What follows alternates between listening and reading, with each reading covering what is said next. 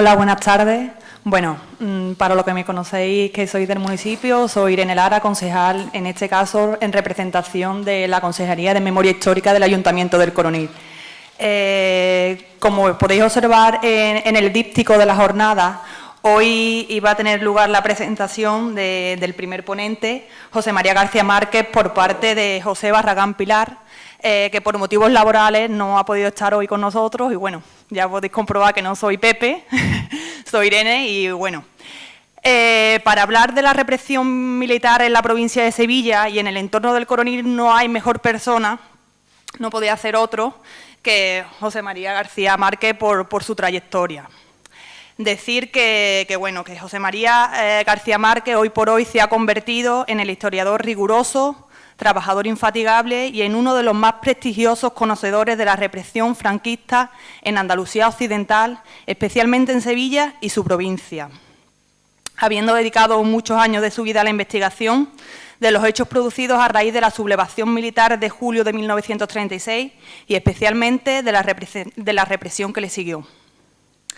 Además, ha llevado a cabo la catalogación de todos los procedimientos del Consejo de Guerra Permanente de Huelva en el periodo 1937-1943, así como millares de expedientes de juicio sumarísimo de la provincia de Sevilla en los archivos de la antigua Auditoría de Guerra, lo que le permitió tener un profundo conocimiento de los mecanismos y formas de represión militar. Fruto de ese trabajo son numerosos artículos, ponencias, conferencias, varios libros publicados en los últimos años.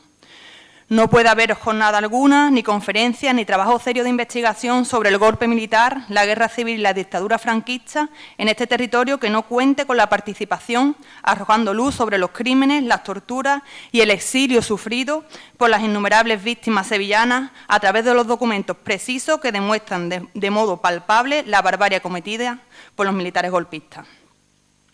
Además, por si fuera poco, fue un colaborador permanente de la Asociación de Memoria Histórica y Justicia de Andalucía y de la web todoslosnombres.org, proporcionando datos y copias de documentación a los familiares de las víctimas que solicitan información sobre su desaparecido. Aparte de numerosos artículos y ponencias, José María ha publicado trabajos imprescindibles para la recuperación de la memoria histórica de Andalucía. Son muchas sus publicaciones, podemos destacar La represión militar en la Puebla de Cazalla, 1936-1943, del año 2007, La UGT de Sevilla, Golpe militar, resistencia y represión, de 1936-1950, del año 2009, Trabajadores andaluces muertos y desaparecidos del Ejército Republicano, 1936-1939, de 2009, participó junto a Francisco Espinosa Maestre en la Gran Represión de 2009, coautor de Violencia Roja y Azul, España, 1936 y 1950, el año 2010. Albaida de las Jarafes, República, Golpe Militar y Represión, 1931-1939, del año 2011. Coautor, junto a Miguel Guardado Rodríguez de Morón, de Consumatum Est, del 1936-1953, Historia de un crimen de guerra, del año 2011. República y Golpe Militar en Castilleja del Guzmán, 1931-1939, de 2012. República, sublevación y represión en el Castillo de la Guarda, 1931-1944. Las víctimas de la represión militar en la provincia de Sevilla, 1936-1963. Por tanto, como he dado inicio con la presentación de José María, no puede haber otra persona más idónea para tratar el tema que hoy nos ocupa, que es la represión militar en la provincia de Sevilla y en el entorno del Coronil. Decir que su trabajo, además de, bueno, él es una persona bastante bondadosa que participa activamente cada vez que es llamado por cualquier tema relacionado con el movimiento memorialista. Decir que su obra está reescribiendo de algún modo una historia que no ha sido contada, que ha sido olvidada y, como bien se ha puesto de manifiesto, ha dado lugar a que las víctimas hayan sido, digámoslo, doblemente asesinadas, doblemente olvidadas y bueno, sus obras van a pasar a la historia. Y le tenemos que agradecer el magnífico trabajo que lleva a cabo y poder contar hoy con él en esta jornada. Doy paso a su intervención. Bueno, buenas tardes y muchas gracias por vuestra asistencia. Gracias a Isabel por la presentación, que me parecía que no estaba hablando de mí en algunos momentos, pero bueno, yo lo agradezco de todas formas. Y mi agradecimiento especial al Ayuntamiento del Coronil y, sobre todo, a la Asociación de Memoria Histórica y a Antonio Manuel, ¿no?, por haberme invitado. Para mí, ya digo, un motivo de satisfacción. Ya es la segunda vez que vengo a este pueblo, ya vine hace 6 o 7 años, recuerdo, ¿no? Y es un motivo de satisfacción siempre estar en un acto de este tipo, porque yo creo que son actos necesarios, sencillamente. Son actos que sirven, igual que la historia, pues sirven al mantenimiento de la dignificación, del recuerdo, de la memoria de unas víctimas que siguen ahí sin verdad, sin justicia, sin reparación, siguen como reclama el cartel de la misma forma. Me da además mucha alegría porque ya me comentó Antonio Manuel que iba a comenzar esta semana la exhumación de la fosa, con lo cual efectivamente es un dato bastante significativo como fruto de un trabajo y como final casi de un ciclo, no final, pero sí de un ciclo en cuanto a lo de las fosas. Y me estaba acordando, cuando estabais hablando de la fosa, de un hecho que os lo puedo contar muy brevemente. El franquismo, yo no sé si lo sabéis, pero ha sido uno de los regímenes, incluso superiores a muchas democracias, que más hizo por sus víctimas, por las suyas. El conjunto de medidas legales y administrativas que se hicieron en este país durante toda la dictadura por las víctimas franquistas, ¿no?, de la guerra y el golpe militar, no tiene parangón en ningún sitio. Las indemnizaciones que se hicieron, ¿no?, las inscripciones en los registros civiles, ¿cómo se llamaba esto?, la cantidad de puestos de trabajo que quedaron arbitrados para los huérfanos. Los hijos de huérfanos tenían prioridad para estudiar a la universidad, para dar clases en un instituto o para entrar en correos, en Telefónica o en los astilleros de Sevilla. Da lo mismo. Las prerrogativas fueron continuas, de todo tipo. A las viudas se le concedieron estancos, a la otra se le concedieron un despacho de loterías. Hubo por todas partes una política muy amplia, sin olvidar que continuamente se estuvo recordando, ¿no?, y homenajeando desde todas las instituciones del Estado al último mono, ¿no?, el recuerdo permanente de estas víctimas. Se llenó de placas el país, que se colocaron además por acuerdo con la Iglesia en las mismas iglesias de todos los pueblos, y pusieron a todos los caídos y tal. Y cada 18 de julio, cada día de la victoria, cada día de la raza, cada día de tal, se celebraba el día del estudiante caído, el día del periodista caído, el día, todos, ¿no? Esto se estuvo haciendo y celebrando continuamente. Eso es importante recordarlo, porque esas mismas personas que defendieron ese permanente recuerdo de las víctimas, cuando acabó la dictadura, empezaron a decir todos al unísono: ¿pero qué vamos a hablar de aquello? Hay que mirar al futuro, eso ya vamos a dejarlo atrás. Ellos que ya habían hecho todos esos reconocimientos. Y en el tema de las fosas, me estaba acordando, ahora que vais a iniciar ese procedimiento, no lo han dicho, pero lo digo yo porque es así, cuando se lleva a cabo una exhumación de este tipo, una de las cosas que se cuida enormemente es no tocar ni alterar, ¿no?, lo que pudiera ser el nicho de otras personas que están allí depositadas y tal. En eso tienen un cuidado exquisito para que nadie se pueda ver atacado, digamos, en sus sentimientos con un acto de este tipo. Es más, si en el hipotético caso que no fuera completamente imprescindible, no darían un paso sin no tener la autorización de los familiares respectivos para seguirlo haciendo. Ya lo han demostrado muchas veces y se sigue demostrando. El franquismo también hizo exhumaciones, pero podemos recordar cómo las hacía. Por ejemplo, yo hace poco, yo siempre digo hace poco, aunque hace 7 años, porque lo recuerdo mucho, ¿no? Vi una diligencia de una exhumación en el pueblo de Granja de Torrehermosa, pueblo cercano a la Sierra Norte, de ahí de Badajoz. Entonces, una viuda de una víctima de los izquierdistas de Granja de Torrehermosa pidió, ¿no?, que sacaran el cuerpo de su marido, que estaba en la fosa común. En Granja de Torrehermosa habían muerto un número no recuerdo el número, si eran 10 o 11, yo no lo sé cuántos eran, no lo recuerdo, ¿no? Y derechistas a manos de los izquierdistas, ¿no? Y lo habían sepultado en una fosa común. Cuando se ocupó el pueblo y entraron las columnas sublevadas, hicieron horrores en el pueblo. Granja de Torrehermosa fue durísimamente represaliado. Y entonces empezaron a echar en sucesivas sacas a los muertos a la misma fosa, ¿no? Así estuvieron durante varias semanas. Al final abrían, reabrían, tapaban, volvían a abrir, tapaban, volvían a abrir, y aquello ya hasta que se terminó ya de matar, ¿no? Y en 1938 la viuda de una de las víctimas pues pidió sacar a su marido. Entonces el auditor de guerra, el señor Francisco Borque, hermano mayor de la Macarena, que era entonces ya hermano mayor, en 1938, pues dijo que se saque, ¿no? Y una orden precisa para que sacaran el cuerpo. Entonces el médico del pueblo se echó las manos a la cabeza, ¿no? Con el alcalde hablando que eso era imposible. ¿Cómo se iba a sacar eso con esa mezcolanza que había de cuerpos ahí, tantísima gente, porque eran muchos los que habían matado, no los izquierdistas, sino los otros, y ahora en un estado de putrefacción como estaba en esos momentos? Total, que hicieron su escrito de alegaciones, se recibió la auditoría y el auditor contestó que se saque. Que se saque. Y un segundo intento con el ayuntamiento a la cabeza diciendo que se dejara eso, porque eso iba a ser ahora un verdadero follón, que se saque. Resultado, que hubo que sacarlos. Y ahora se fueron allí. Y lo bueno es que se conserva el acta de la exhumación, ¿no? Acuden, como se enteran de que van a sacar el fallecido, ¿no?, de la viuda que lo había solicitado, los familiares de las otras víctimas de derecha que habían muerto también van, ¿no? Y los familiares de izquierda que quieren ir van, pero no los dejan, se quedan fuera.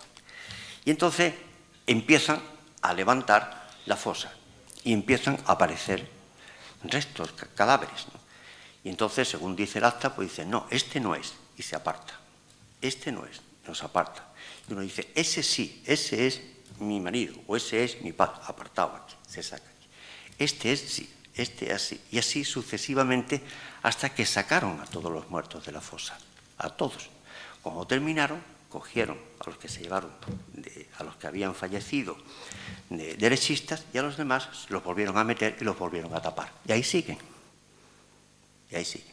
Eso demuestra hasta qué punto el régimen franquista hizo todo lo que tuvo que hacer por sus víctimas y lo poco que le importaron siempre las otras víctimas, que ahí siguen en Granja de Torrehermosa. Pues aquí siguen también las del Coronil y hora es ya, porque han pasado 81 años, ¿no?, de que se lleve a efecto esta exhumación. Y cuando digo 81 años, yo que soy muy pesado, quiero recordar que son 40 de dictadura y 41 de transición y de democracia, que no se olvide, que ya van más, ¿no?, que de la dictadura. Es decir, que tiempo ha pasado, ¿no? ¿Y por qué ha pasado todo ese tiempo, ¿no? La historia explica una parte de ese tiempo, otra no se puede explicar. Este país, leía yo antes de ayer, creo que era un artículo de Javier Pérez Royo, en que citaba al periodista aragonés Rafael Chirves, ¿no?, que decía, poco antes de morir, esta España apesta a franquismo. Y yo decía, qué verdad, este Chirves nunca se cayó, nunca, por eso tuvo tantos problemas en su vida, lo echaron de todos los periódicos, ¿no? Pero es verdad que apesta a franquismo. O sea, estamos haciendo unas jornadas de una historia que es plena actualidad. Esto no es cosa de vikingos, como decía la alcaldesa de Cádiz, cuando le hablaban de la memoria histórica. Decía, eso es cosa de vikingos, decía la doña Teófila. No, señora, esto no es cosa de vikingos. Mire usted, la semana pasada se inauguró en San Juan de Alfarache, yo no pude ir, me hubiera gustado, una placa homenaje a 15 vecinos de San Juan que el día 24 de octubre los asesinaron en Sevilla. Asesinaron a más gente del pueblo, pero es un homenaje a un grupo de asesinados que hicieron ese día, donde iban también entre ellos 9 mujeres aceituneras de las fábricas de allí, de sindicalistas de eso. Bueno, pues hicieron un acto, por lo visto fue muy emotivo, sobre un pequeño monolito pusieron unos azulejos recordando aquello con sus nombres y tal, ¿no? Esa misma noche destrozaron el monolito, esa misma noche. Hasta ahí normal. Incluso un compañero mío me decía en Madrid, oye, ten en cuenta que es que un homenaje, una placa homenaje a víctimas del franquismo no es una buena placa hasta que no está asaltada por los vándalos. Eso la dignifica, ¿no? Y es verdad, parece que tiene que producirse. Pero vamos, podéis estar tranquilos porque eso la Guardia Civil en una hora encuentra a los que han sido.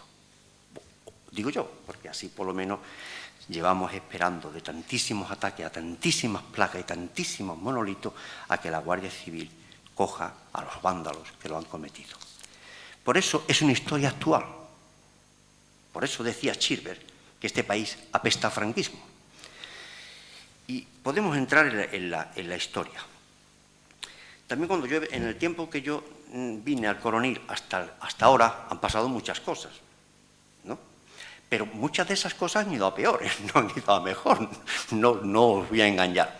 Han ido a mejor, por ejemplo, tenemos una ley de memoria, ¿no?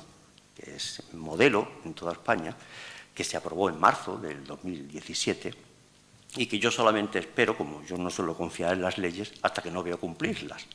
Porque había otra que no se cumplió, que tenía sus carencias y tal, pero no se cumplió. Bueno, pues esta, esperemos que se cumpla. Y sobre todo las leyes se cumplen cuando se cumplen las sanciones a los que la incumplen. Porque si no hay incumplimiento. Eso es como si tú le dices a un tío, por aquí no te saltes el semáforo. Como no sanciones, no hay semáforo que se resista a saltar. Ya veremos. Yo tengo toda mi confianza como tenía en la otra y como he tenido siempre y como siempre he ido perdiendo la confianza. Pero bueno, que ahí está esa ley. Ha ocurrido eso y ha ocurrido también que el Partido Popular de nuevo está gobernando, ¿no? Y han cambiado mucho las cosas. El Partido Popular, que ahora en estas últimas semanas sobre todo habréis escuchado tantas veces hablar de Cataluña, de la Constitución y las leyes, el cumplimiento de las leyes, eso es que se les llena la boca, siempre de una forma impresionante. Es verdad que el Gobierno, como dice el presidente y la vicepresidenta, está para hacer cumplir la ley, pero siempre se comen una parte de la frase, que es está para hacer cumplir las leyes, menos las que yo no quiero cumplir, que no las voy a cumplir porque no me da la gana. Por ejemplo, la ley de memoria histórica, ¿no? que es también una ley. Por eso es importante recordar eso y recordar que estamos en un tema actual, que no solamente llega a las personas porque a muchos les llegan los propios sentimientos de sus familiares, de sus víctimas, sino porque estamos viviendo en una situación donde asistimos, ¿no?, a un auge. No hay reparo en decir las cosas que se están diciendo. Es que hay cosas vergonzosas. Ya no solamente que salga el nieto de Franco diciendo que su abuelo no fusilaba a nadie, como dice ese hombre. Y el problema no es que se digan esas tonterías o lo que han dicho recientemente algunos concejales del Partido Popular o el cura aquel diciendo que se mataron a pocos, ¿no? El cura ese, pues se dice. El problema es que se dice porque pueden decirlo y porque nadie actúa contra ese tipo de gente. Pues ahí estamos. Luego no estamos mejor, estamos bastante peor.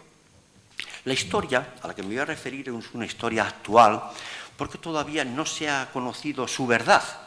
Se puede estar investigando años, se puede estar demostrando muchas cosas que se sigue difundiendo una versión de la historia que no sabemos de dónde viene. Bueno, sí sabemos de dónde viene, de 40 años, ¿no?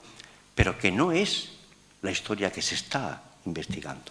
Por eso la primera condición que hay que decirles hoy a las personas es que no le den gato por liebre. Y que cuando le hablen de la guerra civil, ¿no?, tengan cuidado también desde dónde le hablan. Porque a veces se les suele hablar desde Madrid, o desde Barcelona, o desde Valencia, o desde Bilbao. Y eso no quiere decir que no sea historia lo que estén contando, pero sí que no es nuestra historia, que no tiene nada que ver con nuestra historia. ¿Cómo le explicamos nosotros a una persona que nos está contando una historia de enfrentamientos, de incendios, de peleas, de persecución religiosa? ¿Cómo le contamos nosotros a esa persona la historia del Coronil? No nos va a entender, es que no la entienden, es que es otra historia. ¿Qué persecución religiosa hubo en el Coronil? ¿Hubo alguna? Ni siquiera los que se inventaron tantas cosas se inventaron alguna. Es que no la hubo, obviamente. ¿Y los asesinatos de los rojos? ¿Hubo alguno? No hubo ningún asesinato de rojo en el Coronil. ¿Y la quema de las imágenes? ¿Se quemaron las imágenes? No se quemaron. Los detenidos tratados con vejaciones y humillaciones, que los detenidos del Coronil los trataron con vejaciones y humillaciones y hasta los dejaban salir a comer a los 53 que hubo. Hasta entre todos se reunieron para reunir dinero para dárselo a los que huían, por lo bien que lo habían tratado. Hasta el cura lo mandaron a su casa porque tenía la hermana mala, a Pagunción. ¿Dónde está esa historia? ¿Cómo nos pueden contar a nosotros una historia que no tiene nada que ver? Pues esa historia se ha repetido en muchísimos pueblos y han contado historia que no tiene nada que ver con la realidad, porque la realidad ha sido muy distinta, muy diferente. E incluso en los pueblos como el Coronil, donde no ocurrió absolutamente nada, cuando hicieron los informes oficiales donde había que decir de todo, como no había nada, hubo que inventarse lo que fuera. En el Coronil acudieron a un argumento que utilizaron masivamente en todos los pueblos, porque la mayoría de los pueblos no ocurrió nada, donde no había habido víctimas de la derecha. Y era el mismo argumento. No hubo víctimas, pero tenían una lista preparada para ejecutarlos y bidones de gasolina para quemarlos. Los bidones de gasolina aparecieron después de lo que ocurrió en Aral. Entonces, en los pueblos que no pasaba nada, siempre aparecía esa lista. Tenía una lista preparada, pero no le dio tiempo. Que no le dio tiempo, que tenía una lista preparada. Cuando murió Gabriel Rodríguez, Gabriel Nieves, que le conocían aquí en el Coronil, este hombre, no sé si lo sabéis, se suicidó en la cárcel, ¿no? Estando detenido y antes de que lo mataran. Y en una carta que le escribía a su mujer, ¿no?, pues le decía que lo de la gasolina era mentira. Claro que era mentira, porque estaban acusando, estaban diciendo de que esos eran los que tenían preparada la gasolina. La gasolina para los coches requisados por el Ayuntamiento del Coronil. Esa era la que en teoría era, porque aquí no había ocurrido nada. ¿Cómo se mata a la gente si no hay un argumento? Hay que inventarlo, hay que buscarlo. Y lo encontraban. Y cuando no lo encontraban, ¿no?, o cuando no se molestaban, pues sencillamente no se molestaban. Y sacaban al que fuera y fuera. Esa verdad histórica, ¿no?, porque es el primer paso, ¿no?, es muy difícil construirla. Porque a los historiadores le han dicho, como dicen algunas personas, esa es la historia, hay que dejarla para los historiadores, ¿vale? Lo que tú digas. Pero la vamos a dejar para los historiadores, pero no le vamos a dejar los archivos. ¿Qué se creen? ¿Que vamos a dejar los archivos? Hombre, estaríamos buenos. ¿Estamos locos? ¿Le vamos a dejar los archivos? ¿Vosotros queréis saber cuántas víctimas hubo en el Coronil? Pues muy fácil, ¿no? Lo primero que se hace es ir al registro civil, que es lo que inventaron los romanos, para decir cuándo han nacido y cuándo han muerto. Y tú te vas al registro civil del Coronil y desde que se invadió el pueblo, el 31 de julio del 36, hasta la fecha, hasta el 2017, hay 22 inscripciones de todos los que mataron en el Coronil. 22, por supuesto que en 1936 no hay ninguna. El juez municipal era Germán Romero Candao. Por los apellidos supongo que era hermano de Luis, ¿no? Tampoco escribió ni al hermano, o sea, aquí no se escribió a nadie en el 36. Y se siguió inscribiendo con un cuentagotas. En el 37 fueron 2, creo, los tengo apuntados. En el 38, 2, en el 39, 1, en el 40, 2, en el 41, 2, en el 42, 1, ¿no?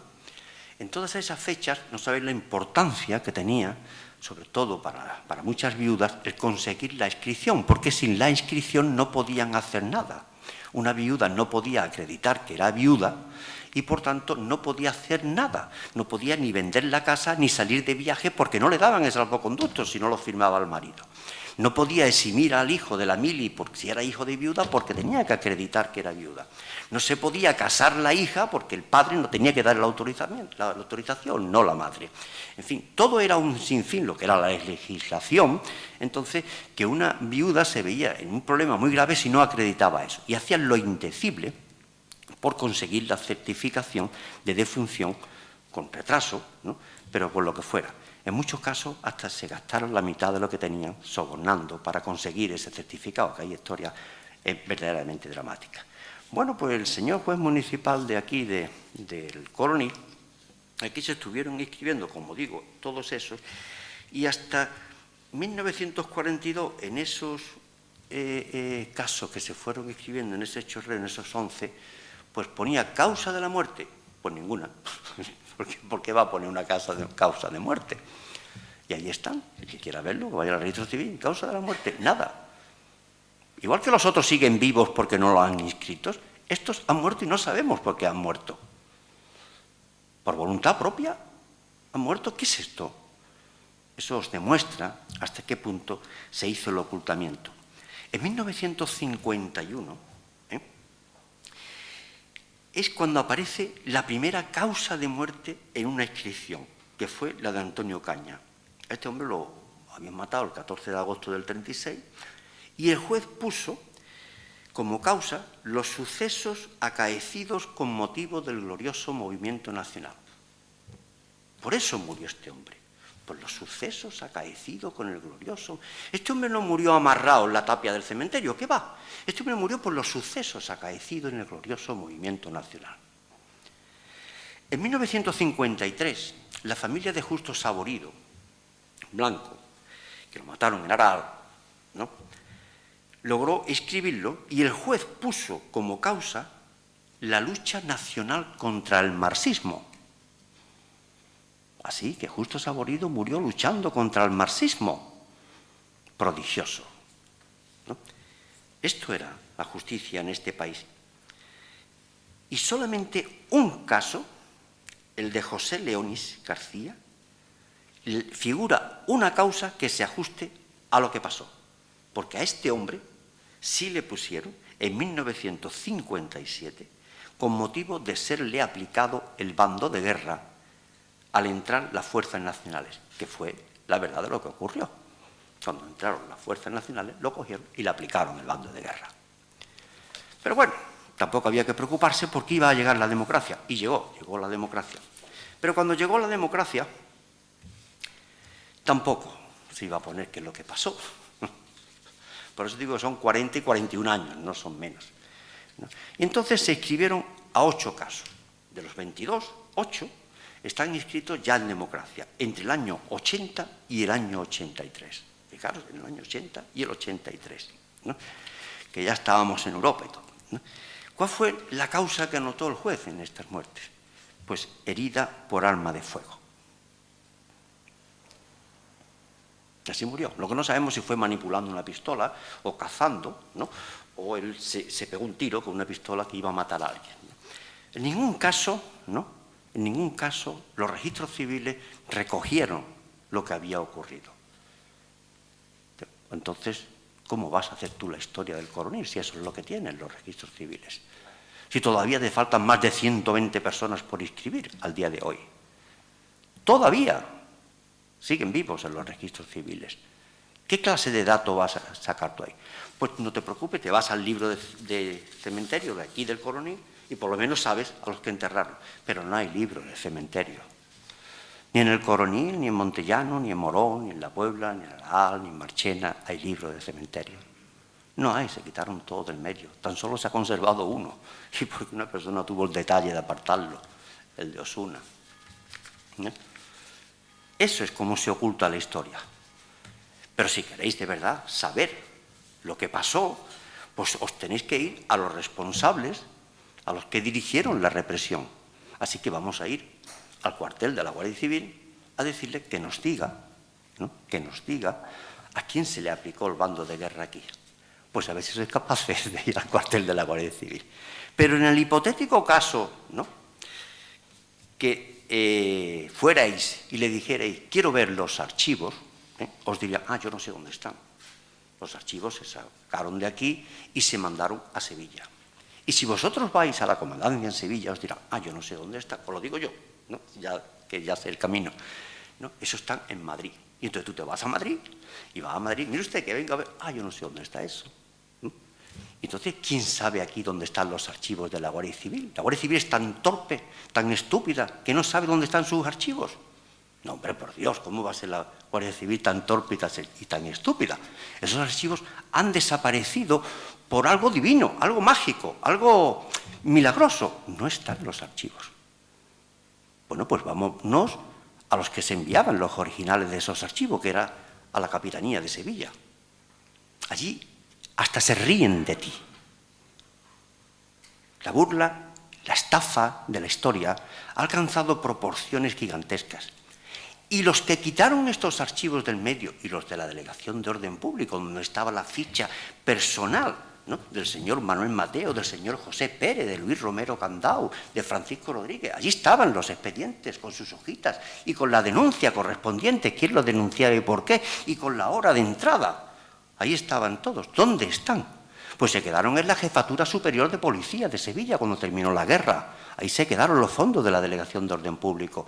Y en el 85, que nosotros lo sepamos, igual tú fueron 2 o 3 años más, ¿dónde están? No está, había un gobierno socialista en este país, no creáis que estamos hablando de la dictadura de Franco, ¿no? ¿Dónde están esos archivos?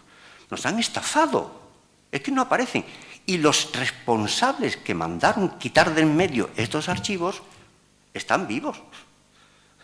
Estos no son el general Yagüe, ni el general Mola, ni esta gente. Están vivos. Algunos mayorcitos ya, pero se les puede decir, oye usted, ¿esto qué ha pasado? Nadie ha dicho nada en este país. ¿Por qué? Pues porque no ha habido justicia, ninguna, y seguimos sin ello. La judicatura de este país se ha desentendido por completo de las víctimas del franquismo, por completo, ¿no? El que esgriman que si la ley de amnistía es una ley preconstitucional y por tanto una ley que tendría que estar abolida hace mucho tiempo. Eso, que no nos vengan con historias. Lo que sí es importante que se debe saber es que la judicatura de este país fue un elemento determinante durante la dictadura, que estuvo 40 años en una gigantesca prevaricación aplicando leyes dictadas por una dictadura. Y esa judicatura entera, con los excelentísimos señores del Tribunal Supremo, el Tribunal Central, el Tribunal Superior, las audiencias, pasaron todos a la democracia, con sus medallas del San Raimundo de Rocafort y sus medallas al mérito civil y al mérito tal y tal y tal. Todos esos señores, todos.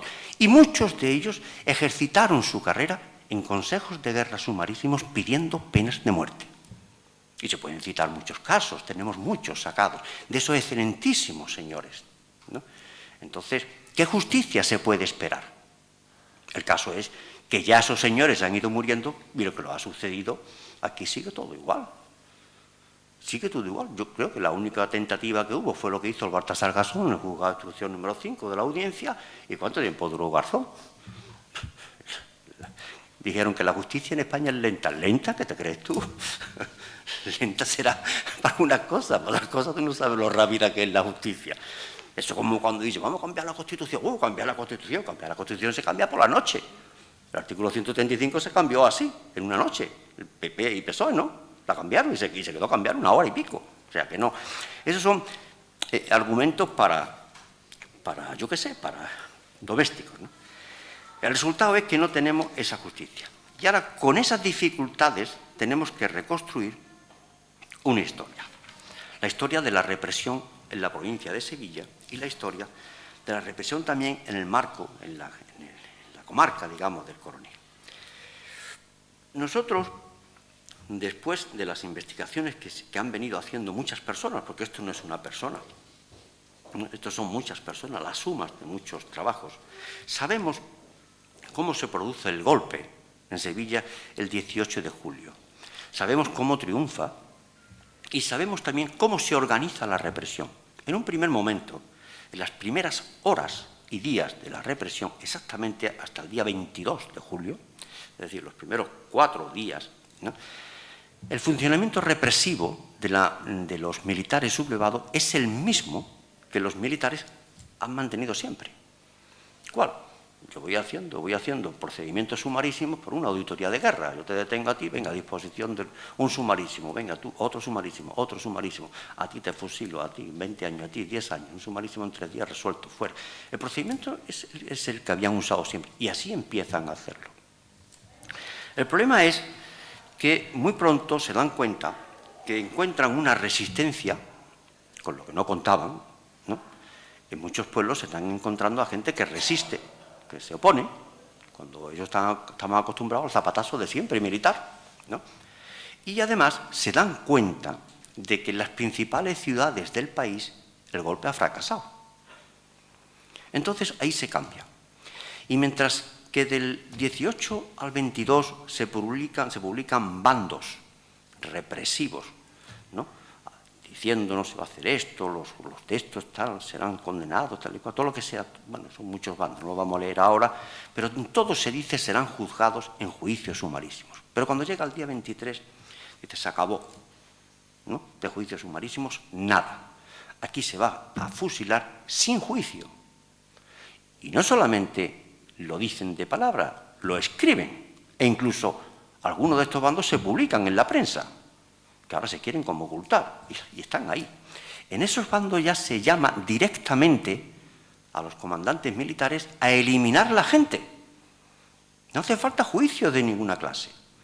Y empieza ya una represión fuerte, cuantitativa y muy selectiva también al mismo tiempo.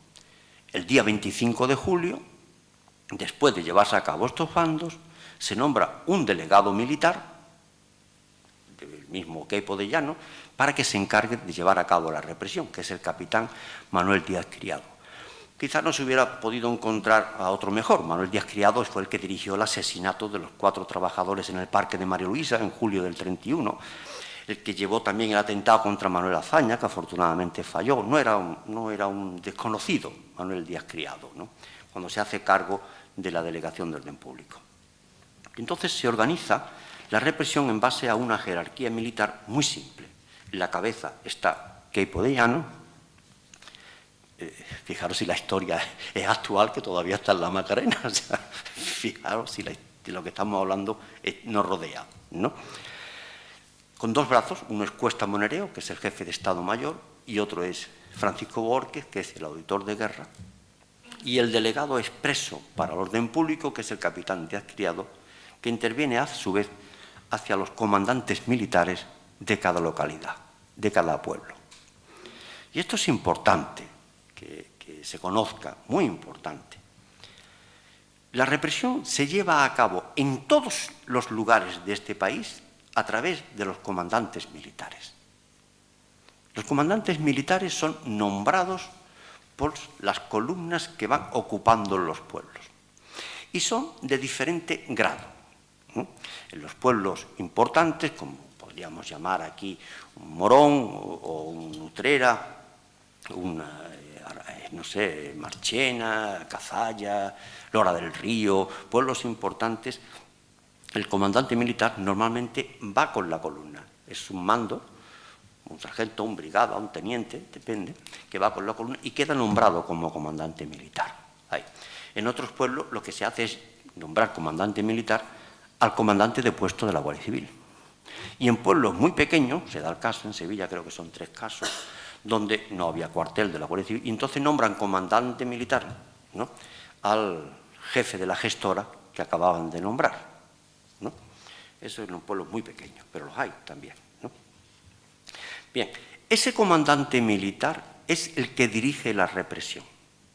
Se va a asesorar, ¿no?, de esa gestora que se nombra cuando entran. Lo primero que hacen al entrar una columna en el pueblo, bueno, lo primero que hicieron aquí en el Coronil, pues llega la banda armada de Ramón de Carranza. Yo le llamo banda armada porque era una banda armada, no penséis que eso era el Ejército Nacional, ni era ejército ni era nacional, era una banda armada, ¿no? Cuando llega aquí al Coronil y nombra una gestora. Le dan 35 fusiles a Antonio Romero, que era el jefe improvisado de Falange, ¿no? Y esa gestora ya empieza a gobernar municipalmente al ayuntamiento. Hubo que esperar a 1979 para que volviera a haber otras elecciones democráticas en este pueblo y en todos, ¿no? Bien, pues el comandante militar, asesorado por los miembros de la gestora, por personas influyentes del pueblo, que cambian en cada pueblo, porque unos pueblos son un grupo, son más, por el cura, que también tiene una participación activa. Aquí parece ser que fue algo más discreta, yo no lo sé. En otros, como en el Madroño, ya que está ahí Juan José, el cura no solamente participaba, sino era el más intransigente del grupo. Si por ese cura fuera, es como el de Galicia, este que ha dicho esta frase. Siempre eran pocos, dos para adelante, ¿no? Bueno, pues este es el mecanismo de represión.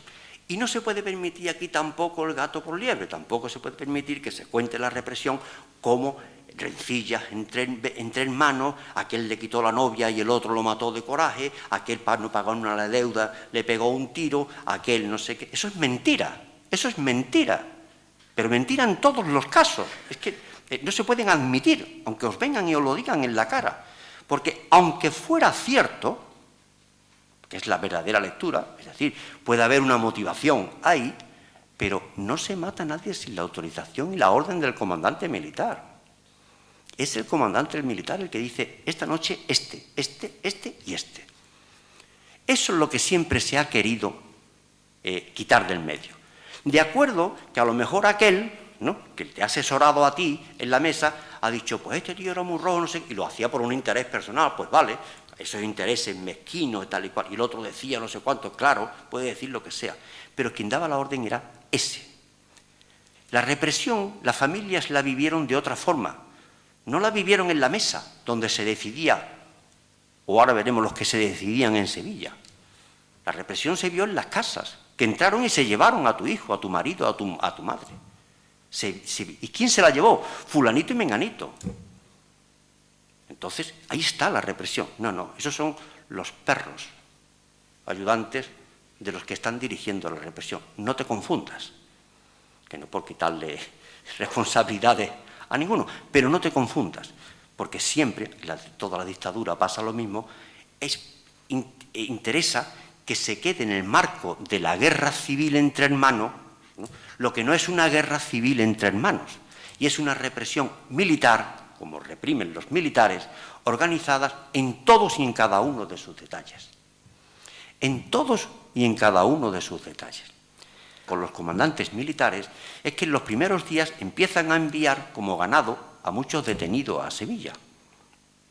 En Utrera mandan un grupo, de Morón mandan a otro grupo, empiezan a mandar, e inmediatamente Sevilla se va a colapsar de detenidos, no saben dónde meterlos. Entonces la Delegación de Orden Público dice que a partir de ahora no se envía a nadie a Sevilla y se va a decidir directamente allí. Entonces lo que tienen es que consultar, y los casos relevantes que se estimen son los únicos que selectivamente vienen para acá, o los que yo te pida, este y este para acá.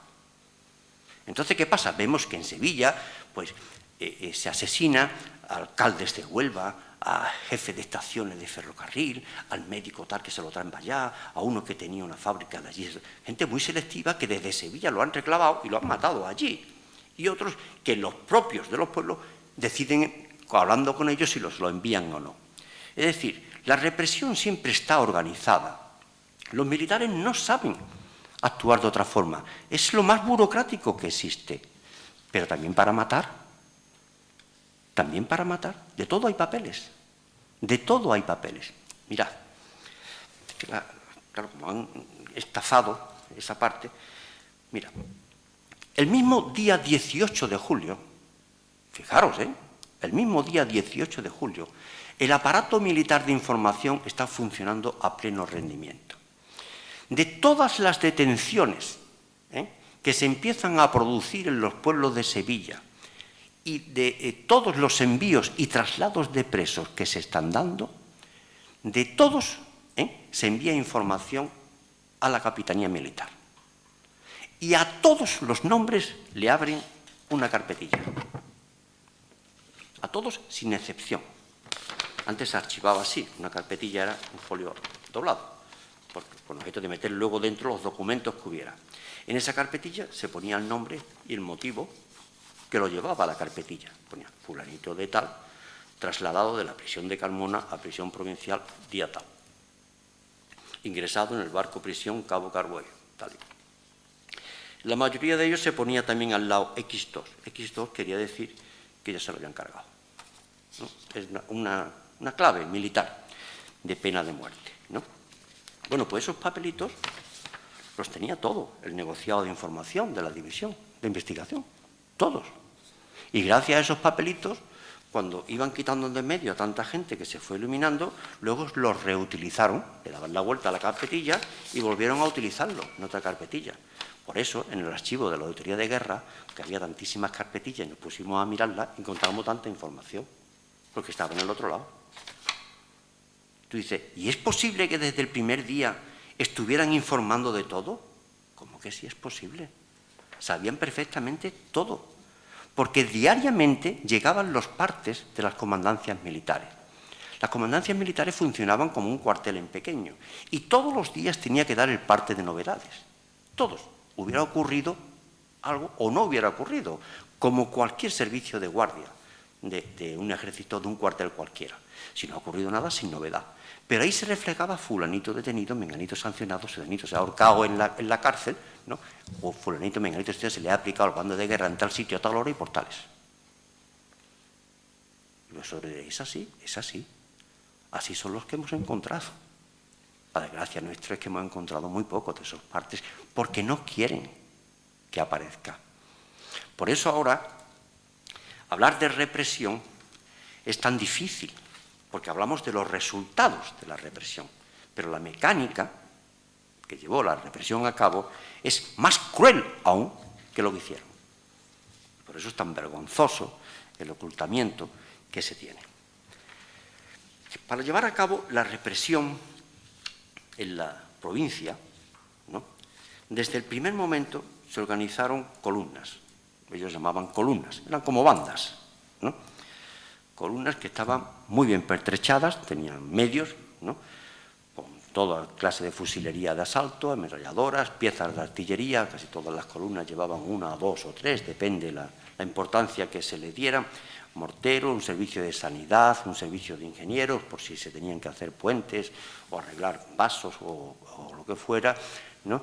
Y formadas fundamentalmente las principales con mercenarios, tanto del tercio como regulares, ¿no?, a los que se le ha quitado la palabra mercenarios, yo no sé por qué, ya eran mercenarios. No sé, parece que queda feo eso de hablar de mercenarios, pues eran mercenarios, ¿no? Y también con soldados de reemplazo, a los que utilizaban cada vez menos, porque tuvieron muchos problemas con esos soldados de reemplazo, teniendo en cuenta que muchos de ellos lo habían matado al hermano, o sea, ¿no?, los tenían siempre bajo una vigilancia muy estricta, ¿no? Y junto a grupos derechistas. Se dice grupos falangistas, pero el lenguaje correcto es decir grupos derechistas, porque en muchos pueblos no había falangistas. Falangista empezó a haber desde el día 18 de julio, o desde el día de la ocupación, ¿no? Muchos no existía ni siquiera falange, ¿no? Había o falangistas o requetés del partido de la Comunión Tradicionalista, pero había muchos de lo que era Acción Popular, de lo que era el Partido Agrario, de lo que era la derecha, ¿no?, durante la República. Estas columnas móviles se estuvieron utilizando indistintamente y con criterios puramente militares y estratégicos, ¿no? El orden, quiero decir. La cronología de los hechos es una pura necesidad militar. Lo primero que hicieron, incluso todavía no se había terminado de ocupar Sevilla, es ir a ocupar Alcalá, porque si no controlan Alcalá, corrían el riesgo de quedarse sin pan y sin agua en Sevilla, con lo cual era una medida imprescindible llevarla a cabo, ¿no? Lo segundo fue asegurar la conexión con Córdoba para el avance, con Cádiz, de retaguardia del recibo de los pertrechos, y asegurar la conexión con Granada, que fue en segundo, fue una prioridad secundaria, pero también muy importante. Entonces fueron inmediatamente a cubrir esas carreteras, ¿no? La comarca es la tercera fase, porque ellos empiezan a recibir información de lo que está ocurriendo tanto en Morón como en Araal, ¿no?, en todos estos pueblos nutreras, donde se están formando comités de organizaciones del Frente Popular, que están organizando la defensa, que están parapetando en algunos lugares, en otros sitios cortando carreteras, para asegurarse la mínima defensa, y que están requisando armas. La derecha de este país tenía casi todo el mundo armas, había muchísimas armas en este país, muchísimas. La venta era legal, no es como ahora, ¿no? Y entonces, lo único que pedía era la autorización de la Guardia Civil, que la Guardia Civil se la daba a quien se la daba, obviamente, pero entonces, como cuando se produce la sublevación, pues no hay armas, y lo que hay que buscarlas, y se van a requisarlas por las casas de la gente derecha que las tenía. Lo que requisan que son, sobre todo, escopetas de caza, algunas pistolas, pero sobre todo escopetas de caza. Y en muchos casos con escasísima munición o sin munición, porque mucha gente hizo guardia con escopetas sin munición, ¿eh? No lo olvidéis. Están teniendo información de eso, de las requisas que se están haciendo, lo que se llaman saqueos. Eso se llama, los franquistas los llaman saqueos. A las requisas se le llaman saqueos si la hacen los rojos. Si lo hacen los nacionales son confiscaciones, ¿no? Que es distinto el tema, es muy diferente. Sí, el lenguaje siempre es importante. Ellos fusilan, los rojos asesinan. Lo digo de verdad, se sigue escribiendo así. Hay que diferenciar una cosa a la otra. O la persecución religiosa. Nunca se habla de la persecución religiosa que hizo la Iglesia al que no era religioso. Los lenguajes son fundamentales para la historia. Entonces, cuando tienen ese conocimiento ya empiezan a organizar columnas expedicionarias para acabar con la resistencia en esos pueblos, ¿no? Entonces, en toda esta zona, toda la comarca del Coronil, entre el 20 de julio y el 31 de julio se acaba todo. Imaginaros la capacidad de resistencia que hubo, porque no había forma de oponerse a esa organización y a esa fuerza militar, no había medios, ¿no? En Marchena, que es el primer pueblo que ocupan aquí cerca en la zona, lo ocupan el mismo día 20, después de una resistencia, yo diría que heroica, ¿no?, frente a la Guardia Civil y las fuerzas de la remonta de Écija que entran en el pueblo, ¿no?, y se mata bastante gente. Fue muy lamentable lo de Marchena, pero resistieron lo que pudieron, ¿no? El día 22 entra la columna de la Paza y Rementería en Aral y se produce un suceso verdaderamente violento y trágico, ¿no? Lo que pasa es que siempre se ha contado la mitad del suceso, ¿no? Es decir, siempre se ha contado que en Aral, cuando entraban las tropas sublevadas, los presos que estaban detenidos en la cárcel le prendieron fuego y los quemaron, ¿no? Eso tiene una parte de verdad, pero la verdad, cuando no se cuenta entera, es solamente eso, una parte de la verdad, es media verdad. Cuando llega la fuerza Aral, primero bombardean el pueblo, luego empiezan a cañonearlo y luego entran disparando a mansalva. Empiezan a matar gente en una forma bestial, ¿no?, por todas partes, ¿no?, avanzando hacia el pueblo. Es eso lo que provoca que un grupo se vaya para la cárcel y a los presos que están dentro le prendan fuego. Es eso lo que provoca eso, ¿no? Es la reacción de fanáticos, ¿no?, a esa irrupción violenta. Y digo de fanáticos porque no es la reacción tan de las autoridades, ni mucho menos, porque cuando se acercan las tropas, lo primero que hace el comité es decir que echen a los presos fuera. Y el concejal Raimundo Lozano va a la cárcel, le abre y le dice: todo fuera de aquí, que se vayan, ¿no? También ocurrió en el Coronil, o sea, también ocurrió en Montellano, eso no ocurrió en varios sitios, ¿no? Y precisamente al salir había 36 y 22 dijeron que no salían porque se sentían más seguros dentro que fuera, tal como estaba el patio, si estaban los otros invadiendo, ¿no?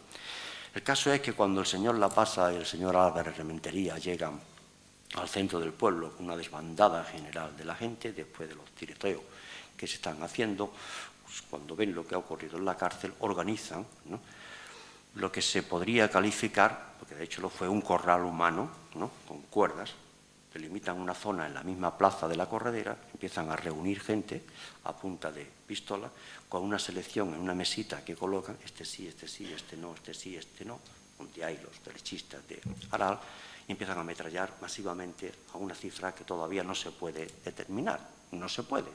Yo he hecho un trabajo sobre Aral, que me ha llevado bastante trabajo el libro, y ahí en Aral te pierdes, tú no sabes dónde acaban las víctimas, no lo sabes, ni creo que se sepa nunca, ¿no? En general, las cifras van por 400, yo no sé cuánto, y no sé cuándo se terminará. El caso es que se hace una matanza. Si luego cuentas la historia y dejas esa parte de la matanza fuera, has contado justo la mitad de lo que ocurrió. De ahí se va el señor Lapasa, después de organizar su matanza, pero el día 23 ocupan Paradas. En Paradas tampoco había ocurrido nada destacable, ¿no? Digo Paradas porque en Paradas matan a más de 200 personas, ¿eh? O sea, y luego van a Morón, llegan a Morón y llegan como van en todas las ocupaciones que se están produciendo en Andalucía, pues la Legión delante, pegando tiros, arriba España, no sé qué, pero mira por dónde en Morón los estaban esperando. Hubo un grupo de gente lo suficientemente echada para adelante con agallas como para ponerse en una plaza en Morón, y cuando entraron en la plaza empezaron a disparar, se cargaron a la Pasa, hirieron a Álvarez Rementería, a otro más, un jefe de falange de 2 hermanas, y los otros corrían para abajo, saliendo para la fábrica de cemento, la valiente Legión y la valiente... Bueno, eso fue un trauma. En Sevilla aquello fue un trauma, pues, como la Legión, 4 pelagatos hicieron eso. Eso no se contó de Morón. De Morón se contó que se asesinó a un grupo de personas, ¿no? Los acribillaron a todos, ¿no? Eso es lo que se contó de Morón. Y no se contó cómo murieron esas personas y quién fue el responsable de esa muerte, que fue el teniente Chamizo de la Guardia Civil, un verdadero héroe del revés, ¿no?, de lo que ocurrió, que murió en su tentativa, porque lo que hizo fue utilizar un cebo humano. Vosotros vais para allá y yo mientras me escapo con los míos. Y le salió mal, porque cuando se empezó el tiroteo y estos iban corriendo, llegaron a la plaza, y en la plaza empezaron a disparar a todo el que salía y los mataron. Pero eso no fue ningún asesinato, ¿eh? Eso fue un combate, eso no fue aquí. Pero bueno, se cuenta la historia de una forma y ahí se queda, parece. Hoy, cada vez que escarbas en una, te encuentras lo que un día me comentó a mí un compañero, me dijo, cuando investigas un pueblo, ten en cuenta que cada pueblo tiene su mentira. Como diciendo, ándate con cuidado. Digo, vale, yo no sé. Eso ocurre en Morón. En Utrera la entrada es más violenta todavía, porque, perdón, en Morón cuando ocurre el rechazo, al día siguiente dice que se creen esto, y cogen al Castejón, ¿no?, con otra bandera más de la Legión, y entonces artillería, con 3 aviones va a bombardear Morón, y entonces ya entran a saco cuando ya los otros se habían ido. Ya se habían ido. Lo que ocurre con la entrada de Castejón y Morón, mejor que lo leáis, porque el libro está escrito, o sea, hay bastantes detalles, ¿no?, de lo que ocurre entonces y de la represión siguiente. Bueno, en Utrera otro tanto de lo mismo, así, incluso en pueblos donde no hay resistencia de ningún tipo, como en Montellano, por ejemplo. En Montellano llega la compañía esta del capitán Anzuloaga, que venía de Villamartín, que la destacaron aquí para ocupar el pueblo, y llegan también pegando tiros y matan a 4 personas. O sea, sin resistencia, simplemente de los tiros que están pegando. Uno de ellos, una mujer que se asoma, o sea, eso, ¿no? Pues igual, ¿no? En la Puebla entran también de una forma muy violenta, con una resistencia muy pequeña, porque los otros estaban huyendo ya y disparando a algunos, los que tenían armas, para atrás. Y también matan a algunas personas en la misma entrada. En Coripe, por ejemplo, pues no ocurre nada. Es un grupo de 30, creo que eran guardias civiles, ¿no?, con el auxilio de algunos falangistas, que los mandaba el comandante Norberto Baturones, pues entra allí sin ningún problema, ¿no?, entra sin oposición. Porque en muchos sitios no hay nada, hasta en Los Molares. Los Molares, que es un pueblo que casi ni existía para ellos, que en Los Molares, precisamente un grupo de guardias civiles de los que consiguieron salir de Morón se refugian en Los Molares, y cuando llegan al pueblo, allí lo que hacen es acogerlos y además impedir que les pase nada. Se los tratan los guardias civiles y luego se enteran en Morón, en Utrera, ¿no?, no sé dónde era, que estaban los guardias civiles allí, ¿no?, y mandan para allá un grupo para ocupar el pueblo, que no había ni que ocuparlo. Hay pueblos pequeños de estos que no hay ni ocupación siquiera. Incluso tú dices, ¿y qué ha pasado aquí? Pues no ha pasado nada. Pues lo único que ha pasado es que luego se ocupó el pueblo y a los 5 más destacados de Los Molares pues los mataron, ya está. Y se ha acabado, como hacían en los pueblos pequeños. Hay esta fase, esta primera fase represiva llevada a cabo por estas columnas, es la que se puede llamar fase de ocupación.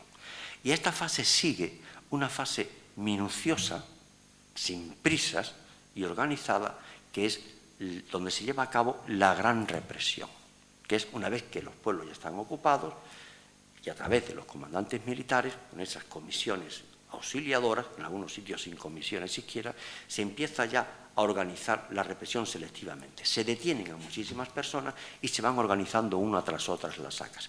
Esa fase, como digo, es la mayor, la que se lleva a cabo con más gente. Aquí en el Coronil, creo que empieza el 13 de agosto, el día que empieza la primera saca, ¿no? Y eso va ocurriendo en otros pueblos, se van organizando hasta que tienen el primer grupo, luego hay otro grupo, unos que mandan a Sevilla, a veces, ¿no? Etcétera. Y esa fase dura prácticamente hasta marzo de 1937.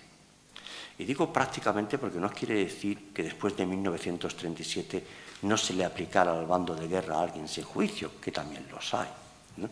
Sino porque la represión empieza a decrecer, está en julio, agosto, septiembre, ¿no? En octubre, ya a finales de octubre empieza a descender algo, noviembre y diciembre. Es una curva, ¿no? La represión se ve en la obligación también de parar, ¿no?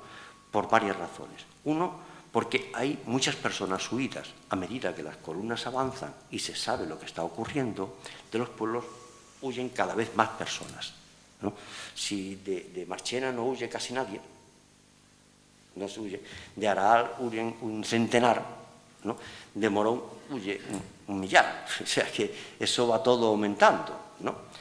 Sí, y si llegas ya, si hablamos de la Sierra Sur o de la Sierra Norte, hay pueblos que se llevan 3.000 huidos, 5.000 huidos, una cifra horrorosa, porque ya se sabía realmente lo que pasaba, ¿no?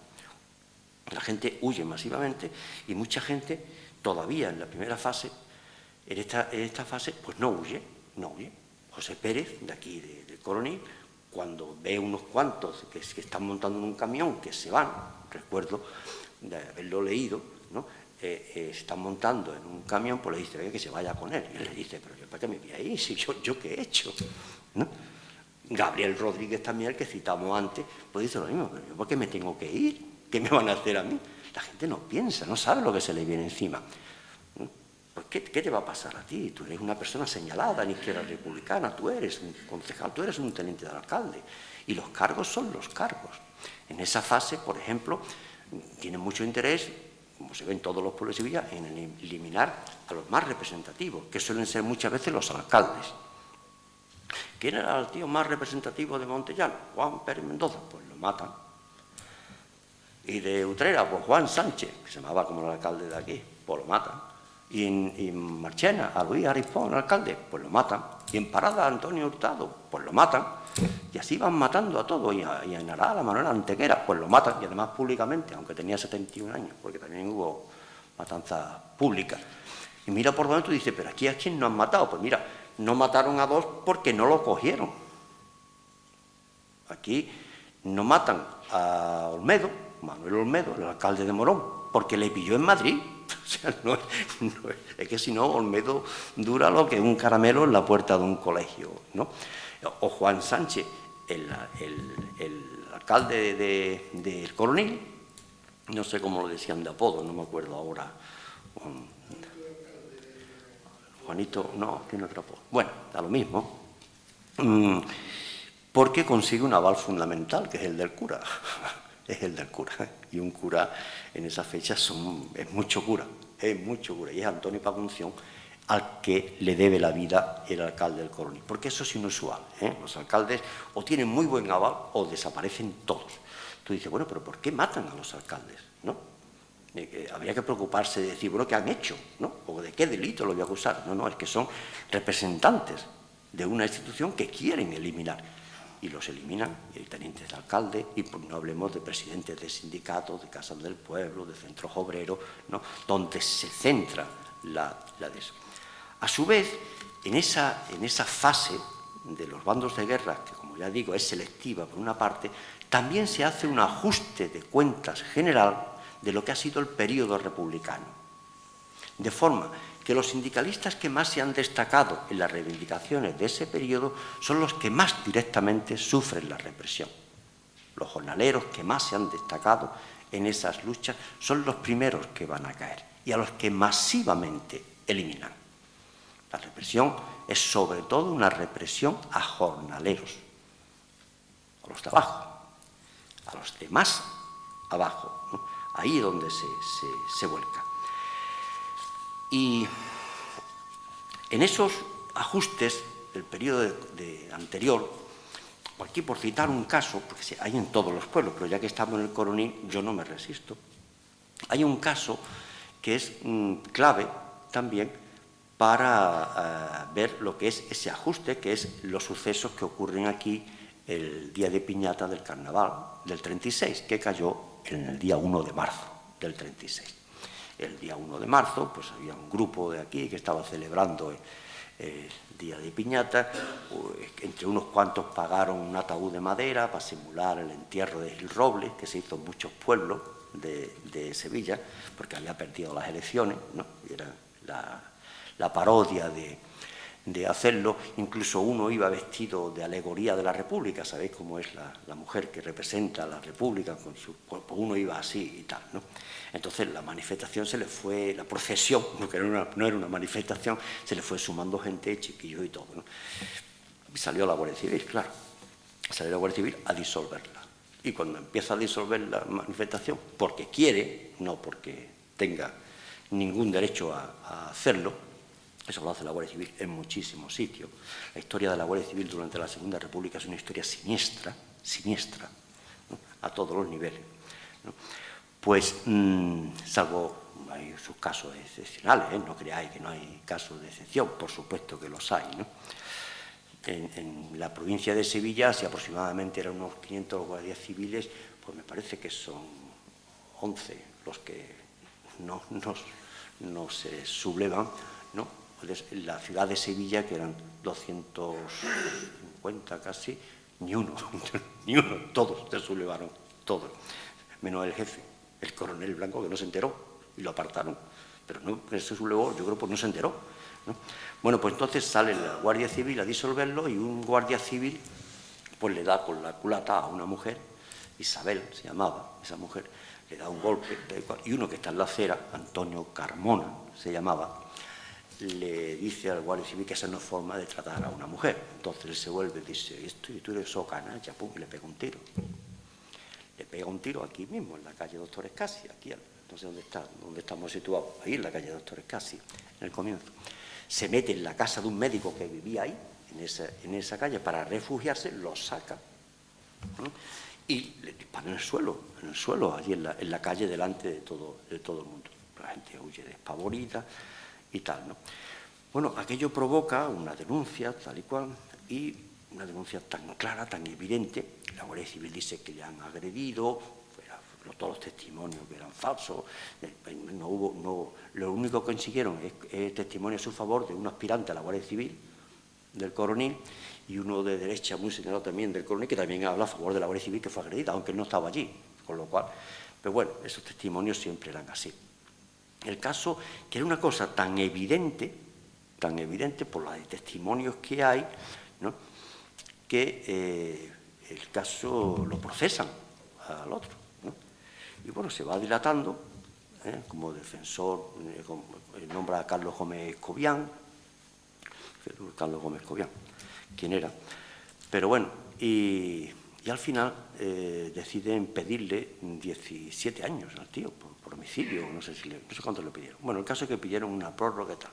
Como eso había sucedido en marzo, el caso estaba en curso cuando se produce el golpe. Y cuando se produce el golpe, como todos los papeles que manejaban, pues hay que cerrar este caso. Y se reabre de nuevo el caso, ¿no? Y entonces se nombra nuevo abogado defensor. Y el abogado defensor pues hace su alegato, ¿no? Para decir que es lo que ha ocurrido. Entonces, como ya el golpe ha triunfado, yo os voy a leer, porque lo traje, digo, es que es así. La versión, ¿no? Que esa es la versión que encontramos de todos los casos luego en la justicia militar. No creáis que lo traigo por otra cosa, sino porque esta es la versión de los vencedores, siempre es una visión, ¿no? Dice, bueno, hay de todos, pero voy a leer solamente un poco. Dice, el pueblo del Coronil, como todos los demás, se preparaba alocado para la revolución y se debatía entre huelgas injustificadas, alentada en constantes mítines, y era la propia autoridad, encarnada por el alcalde y juez municipal, protegida por el gobernador civil, esclavos de los agentes revolucionarios del propio gobierno, el que mantenía semejante estado de cosas que la Guardia Civil era impotente de refrenar. Como si hubiera pasado algo aquí venía la revolución. Uno de los eslabones de la cadena que llevaba al pueblo a la indisciplina social era este de la manifestación que el comandante del puesto titula Entierro de Gil Robles, que efectivamente era la farsa de eso.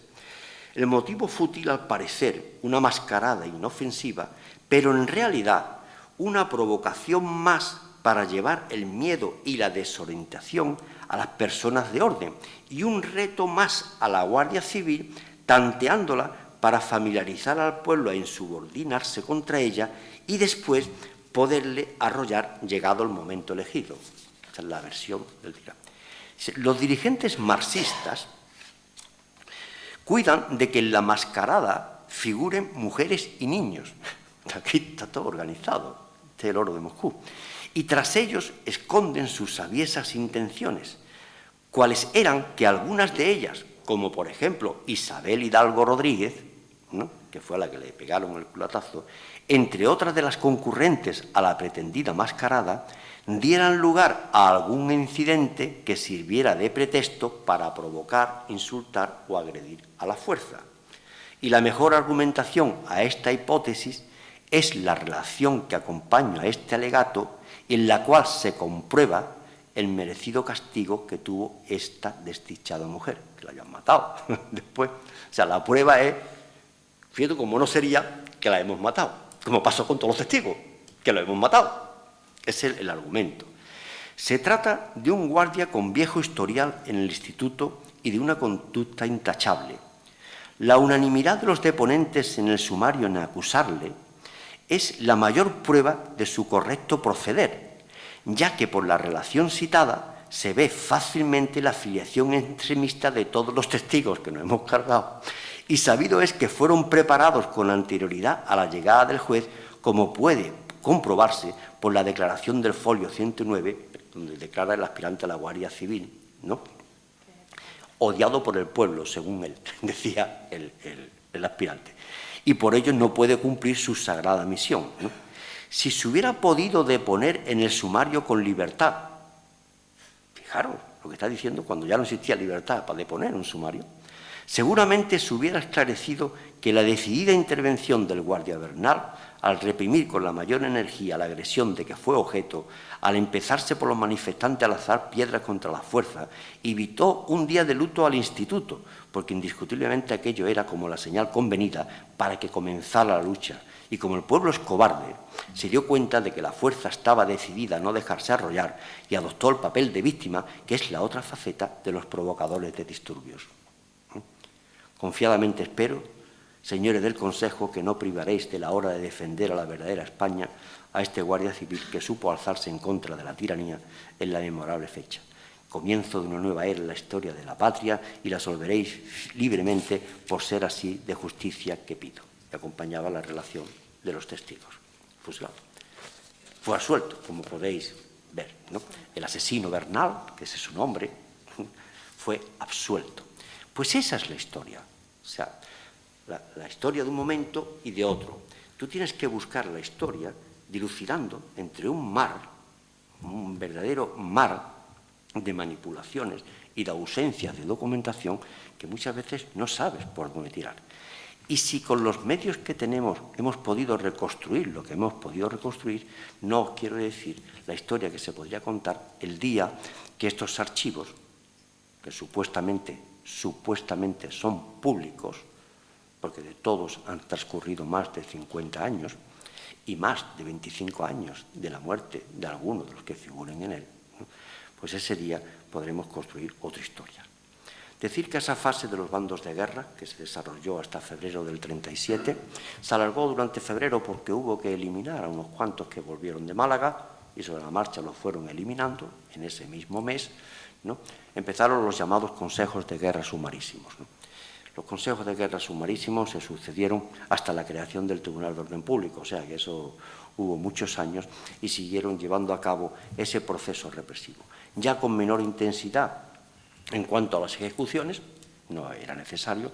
Aquí en el Coronil fusilan en el 37 a dos hermanos, los hermanos Camas, José Manuel y Manuel Camas, que eran los hijos del aperador de Pardales, de la finca de Candao. Eso los matan estos dos, ¿no? Por lo visto porque habían cogido bebidas del casino cuando las requisan. El sumario tiene guasa, el sumario de los hermanos, ¿sabes? No es, bueno, como todos, pero bueno.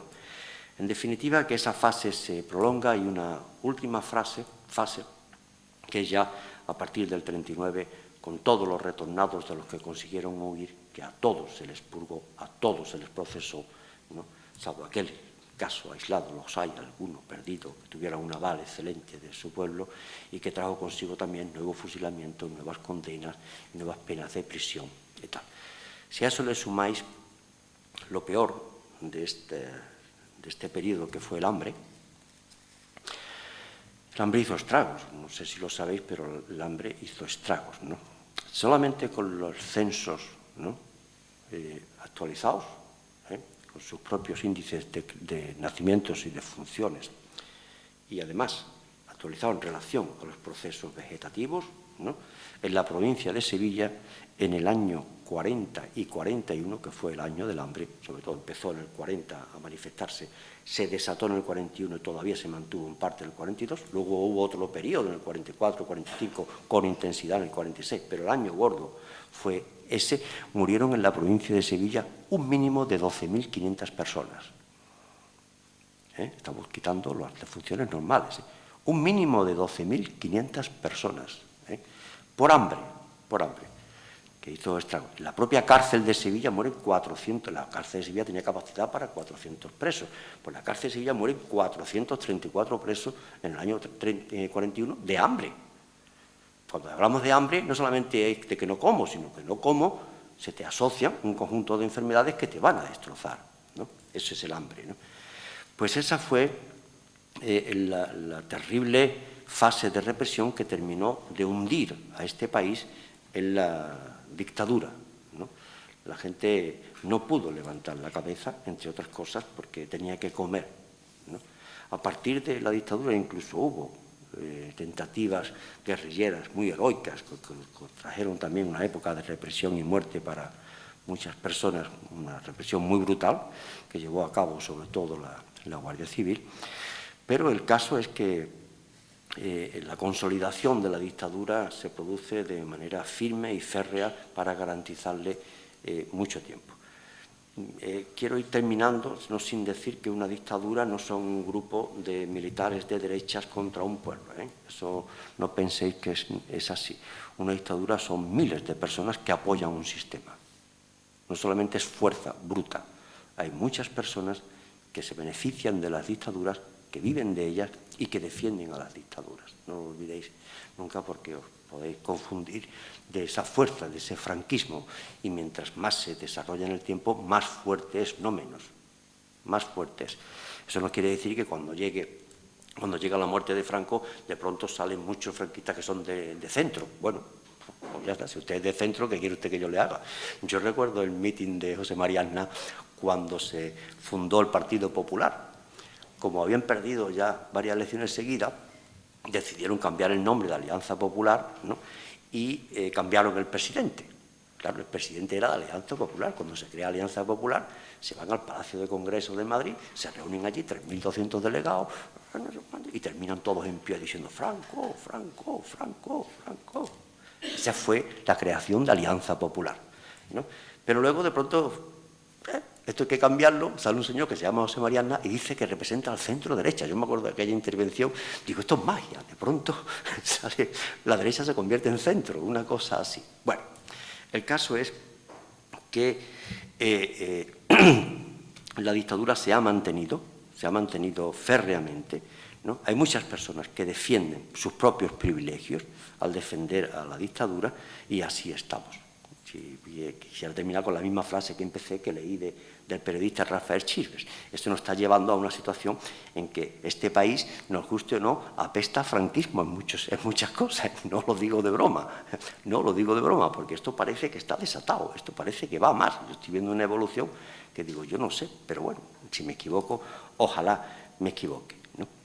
En cualquier caso, espero que no os den mucho gato por liebre y espero también que las investigaciones, aunque no les echen cuenta, sigan avanzando y nos sigan diciendo, ¿no?, una gran parte al menos de lo que ocurrió. Aquí en el Coronil tenemos también la suerte de haber contado con Paco, con Francisco de Paula Galvarro, con el que he colaborado mucho durante mucho tiempo, con su trabajo sobre crónicas del Coronil, que nos ha hecho también una reconstrucción, ¿no?, valiéndose de lo que ha podido recoger, ¿no?, de algunos documentos del ayuntamiento, pocos, ¿no?, barajando, eso sí, muy importante, censos y padrones con el registro civil, para ir sacando bolsas de personas que están ahí, que no se sabe qué fue de ellas, contándonos casos concretos, como los casos de Paco Nieles o Curro Nieles o algo así, ¿no? Lo que hizo también el propio Antonio Manuel, con Manuel Mateo y con José Pérez, con esas historias que son fundamentales, ¿no? Y que recordéis que es una historia actual, todavía no le han devuelto los bienes a Manuel Mateo ni a José Pérez, por ejemplo, ¿no? Todavía nadie los ha reparado en ese sentido. Aquí no se ha reparado a nadie. A la única persona que se ha reparado aquí en España, que yo sepa, fue a la familia de Juan Negrín. Un acuerdo que hizo el PSOE con la familia en Canarias y se le dio una cantidad y puerta. A nadie más se le ha reparado en este país. Y a los sindicatos, en concreto a comisiones obreras, a la UGT y en otra medida a la CNT, que sí se les dio una cantidad, aparte de la cesión de los locales del antiguo sindicato vertical. Y no sé qué deciros que las cosas se mantienen en la historia te enseña que muchas veces las cosas no cambian tanto como parece, que los contextos suelen ser muy similares, ¿no?, contra lo que se quiere ver, y que hoy cuando escuchas algunos debates parlamentarios, ¿no?, o estas secciones parlamentarias que se llamaban en la República charlamentarias, se decía en broma, ¿no? Parece que están leyendo el Heraldo o el Ahora de mayo del 31, no creáis que hay muchas diferencias, incluso con los argumentos a veces son iguales. El tema de Cataluña también es muy parecido. Y es que este país, como decía Pío Baroja, se caracteriza porque los reaccionarios son reaccionarios de verdad, decía Pío Baroja, pero los liberales de su tiempo son un poco de pacotilla, decía, ¿no? Digo, bueno, pues una cosa así parece que está el patio, ¿no? Y nada más, muchas gracias por vuestra atención.